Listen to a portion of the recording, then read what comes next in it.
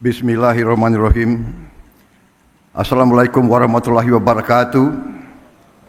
Selamat pagi, salam sejahtera bagi kita sekalian. Shalom, salve, Om Swastiastu, Namo Buddhaya, salam kebajikan. Yang saya hormati dan saya muliakan, Presiden ke-6 Republik Indonesia, Bapak Jenderal TNI Purnawirawan Profesor Dr. Susilo Bambang Yudhoyono. Yang saya hormati dan saya muliakan, Presiden ke-7 Republik Indonesia, Bapak Insinyur Joko Widodo. Wakil Presiden Republik Indonesia, Saudara Gibran Rakabuming Raka. Yang saya hormati dan saya muliakan, Wakil Presiden Republik Indonesia ke-13, Bapak Kiai Haji Profesor Dr. Ma'ruf Amin. Yang saya hormati dan saya muliakan, Wakil Presiden Republik Indonesia ke-10 dan ke-12, Bapak Dr. Muhammad Yusuf Kalla. Yang saya hormati, Wakil Presiden Republik Indonesia ke-11, Bapak Profesor Dr. Budiono.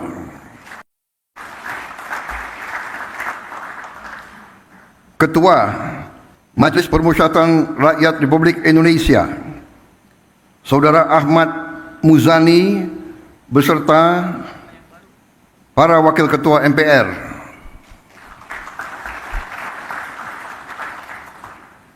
Yang saya hormati, Ketua Dewan Perwakilan Rakyat Republik Indonesia, Saudari Puan Maharani.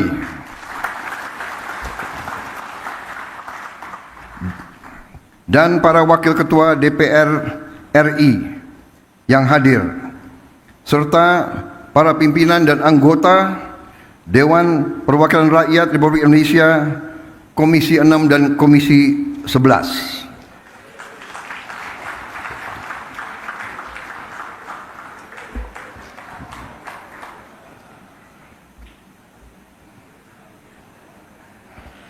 Tanpa mereka, hari ini tidak akan terjadi. Terima kasih Ketua DPR dan semuanya. Ketua DPD Dewan Perwakilan Daerah Republik Indonesia, Saudara Sultan Najamuddin beserta para Wakil Ketua DPD, para pimpinan lembaga tinggi negara yang hadir, para menteri koordinator, para menteri, kepala badan, Kabinet Merah Putih, Ketua Dewan Ekonomi Nasional, Jaksa Agung, Kepala BIN, Panglima TNI, Kapolri, dan para wakil menteri, serta seluruh anggota Kabinet Merah Putih yang hadir. Juga para ketua umum partai politik, Ketua Umum Partai Golongan Karya, Saudara Bahlil Lahadalia, Ketua Umum Partai Demokrat, Saudara Agus Harimurti Yudhoyono, Ketua Umum Partai Amanat Nasional, Saudara Zulkifli Hasan, Ketua Umum Partai Kebangkitan Bangsa, Saudara Muhaimin Iskandar, Ketua Umum Partai Nasdem, Saudara Surya Paloh, berhalangan karena sedang berada di luar negeri. Presiden PKS, Saudara Ahmad Saiku, juga berada di luar kota. Ketua Umum Partai Gelora, Saudara Anies Mata. Ketua Umum Partai Persatuan Pembangunan, Saudara Mardiono. Ketua Umum Partai Gerindra, saya sendiri.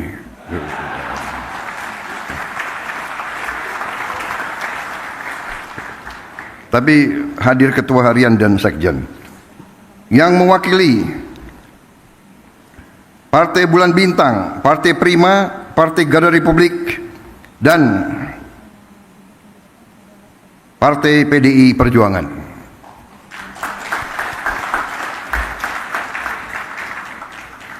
Hadir juga di sini senior kita, tokoh ekonomi Indonesia, Bapak Profesor Dr. Emil Salim.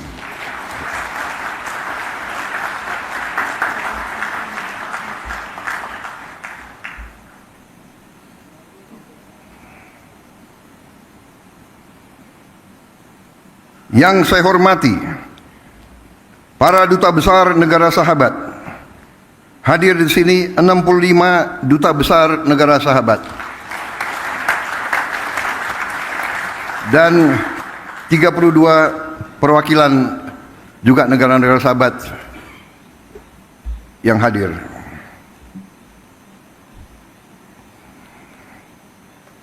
Saudara-saudara sekalian, para tamu yang saya hormati dan saudara-saudara sebangsa dan setanah air. Bulan Agustus ini, saya ulangi, saya juga hadir di sini. Maaf ini saya khilaf. Hadir di sini juga tokoh-tokoh organisasi agama, Ketua Umum Nahdlatul Ulama, Saudara Kiai Haji Yahya Khalil Stakuf, Ketua Umum Muhammadiyah Profesor Dr. Kiai Haji Haidar Nasir, Ketua Presidium Konferensi Wali Gereja Indonesia Monsinyur Antonius Subianto Bunyamin, perwakilan dari Persekutuan Gereja Indonesia, Majelis Ulama Indonesia, Parisada Hindu Dharma Indonesia, Pengurus Pusat Persatuan Umat Buddha Indonesia, Majelis Tinggi Agama Konghucu Indonesia. Hadir juga para ketua organisasi pengusaha. Hadir Ketua Umum Kadin beserta pengurusnya, Ketua Umum HIPMI beserta pengurus, Ketua Umum Apindo dan jajarannya, para pimpinan Foreign Chambers and Business Council in Indonesia, from United States, People's Republic of China, Europe, Japan, Australia, Republic of Korea, and other friendly. Hadir para pelaku perbankan nasional. Hadir para pelaku perbankan nasional, Dirut Bank Himbara, Gubernur BI yang saya hormati, Ketua OJK, Kepala LPS, Direktur Utama Bursa Efek Indonesia, dan para pengguna pasar modal. Hadir juga para rektor-rektor universitas serta para pimpinan redaksi dari media-media nasional. Hadirin tamu undangan yang saya hormati, saudara-saudara sebangsa dan setanah air.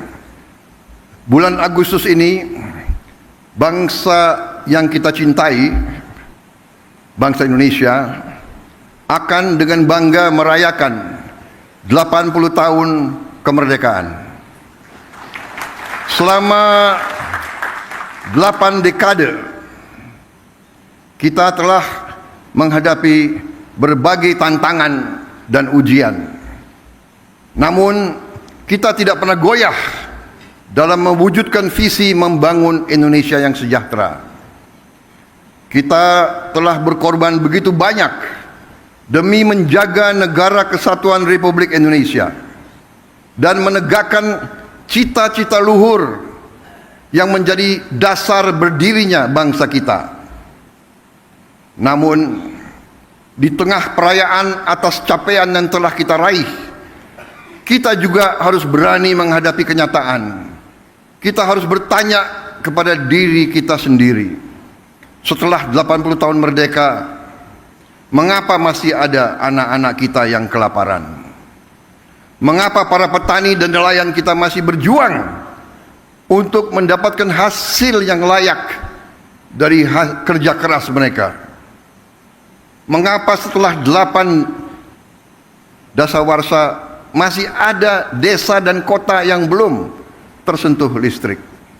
Mengapa di tengah kekayaan yang kita miliki, masalah-masalah ini masih tetap ada?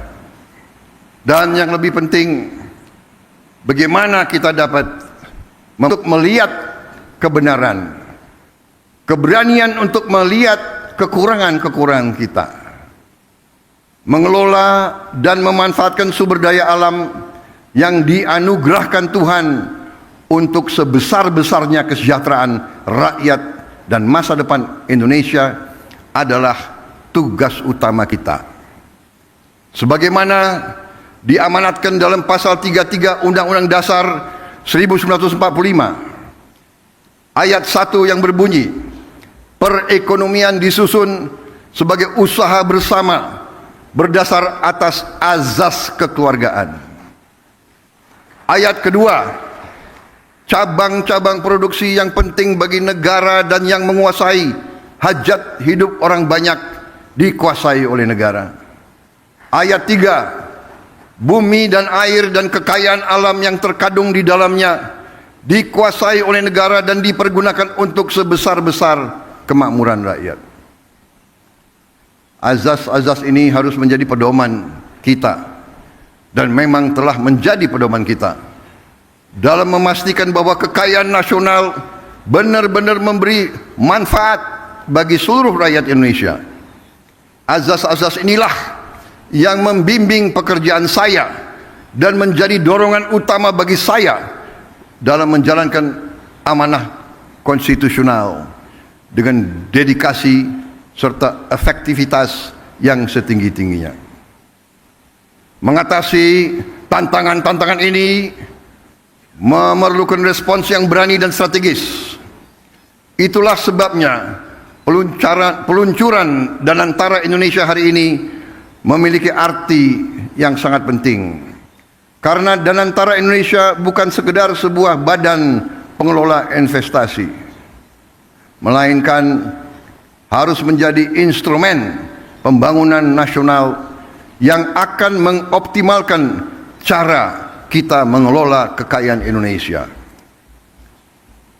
Jangan salah, apa yang kita luncurkan hari ini bukan sekedar sebuah dana investasi, melainkan instrumen alat pembangunan nasional yang harus bisa mengubah cara kita mengelola kekayaan bangsa demi kesejahteraan seluruh rakyat Indonesia.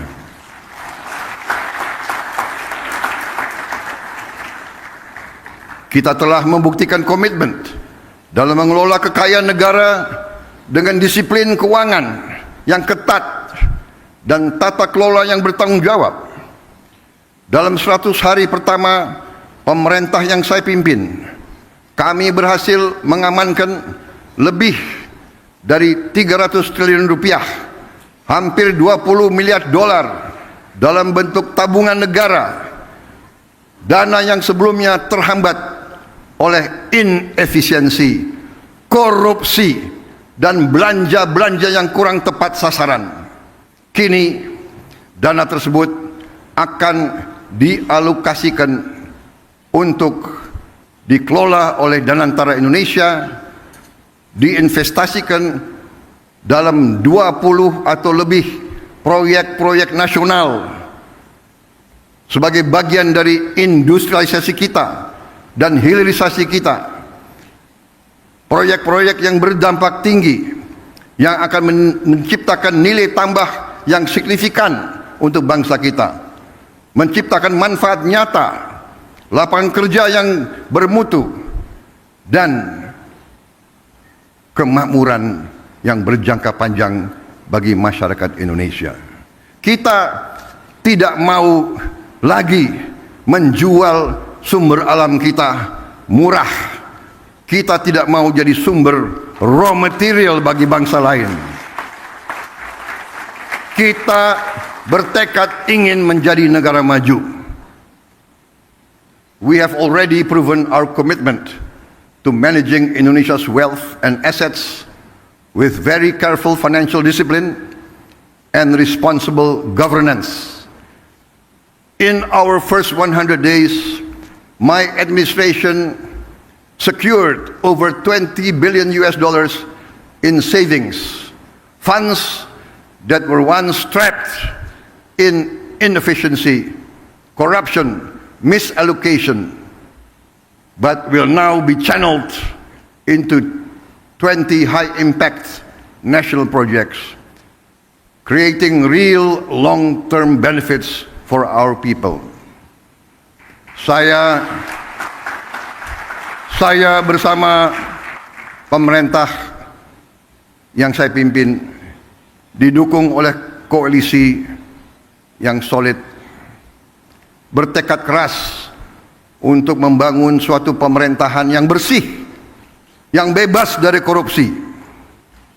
Saya akan melawan korupsi dengan sekeras-kerasnya dan dengan segala tenaga dan upaya yang bisa saya kerahkan tanpa pandang bulu.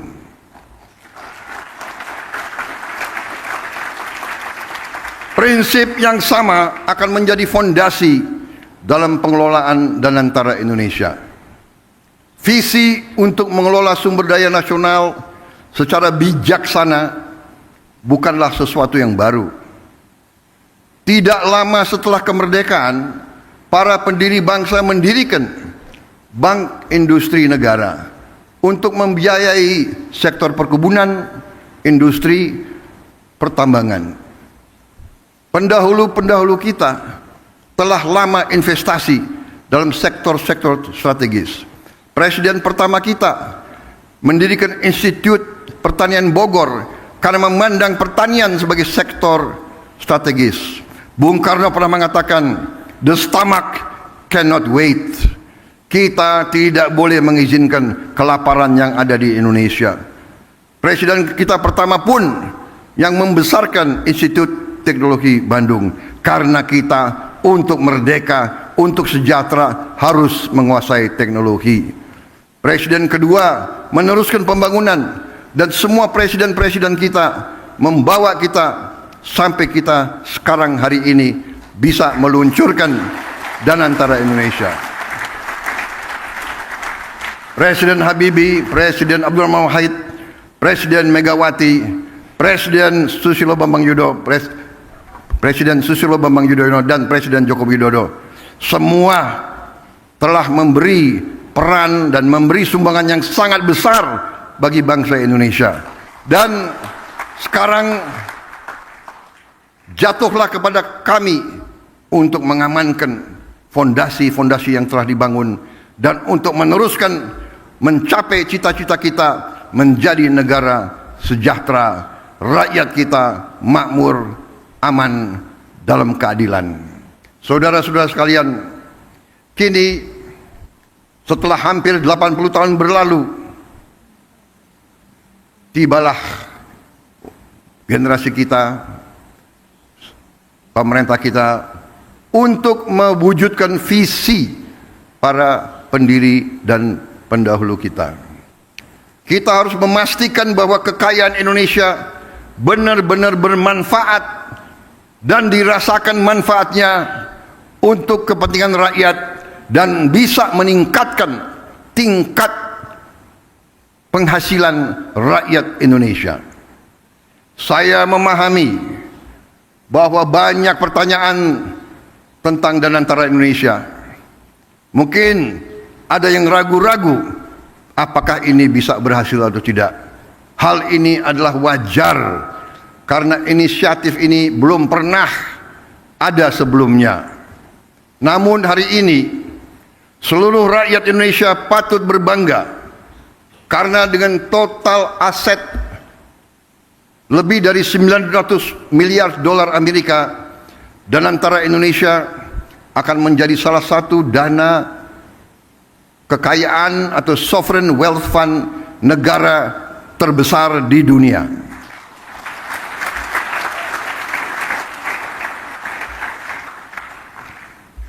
I know and I realize that there are many questions about dan antara Indonesia.